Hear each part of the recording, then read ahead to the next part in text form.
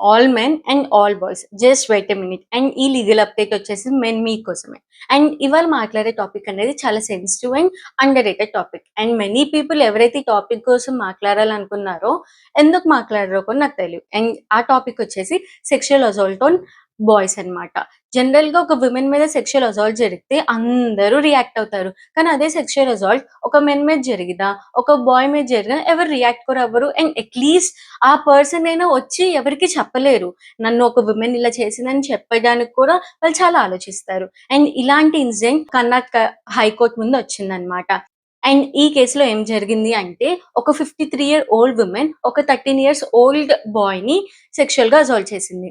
అయితే ఇదంతా జరిగింది 2020లో. కానీ దీనికి సంబంధించిన ఎఫ్ఐఆర్ అనేది ఫైల్ చేసింది 2024లో.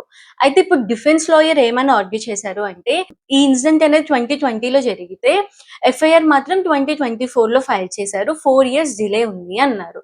సెకండ్ పాయింట్ వచ్చేసి, ఒక వుమెన్ ఒక బాయ్‌ని సెక్షువల్‌గా అసాల్ట్ చేయడానికి చాలా ఇంపాసిబుల్. ఎందుకంటే అది సైకలాజికల్‌గా కూడా చాలా కష్టం అని చెప్పాడు. అండ్ థర్డ్ పాయింట్ వచ్చేసి మెన్ అనేవాళ్ళు యాక్టివ్ పార్టిసిపెంట్ అండ్ విమెన్ అనేవాళ్ళు పాసివ్ పార్టిసిపెంట్ అని చెప్పారు. అండ్ ఫోర్త్ వచ్చేసి ఇదంతా అసలు డబ్బుల కోసమే చేశారు అని చెప్పారు.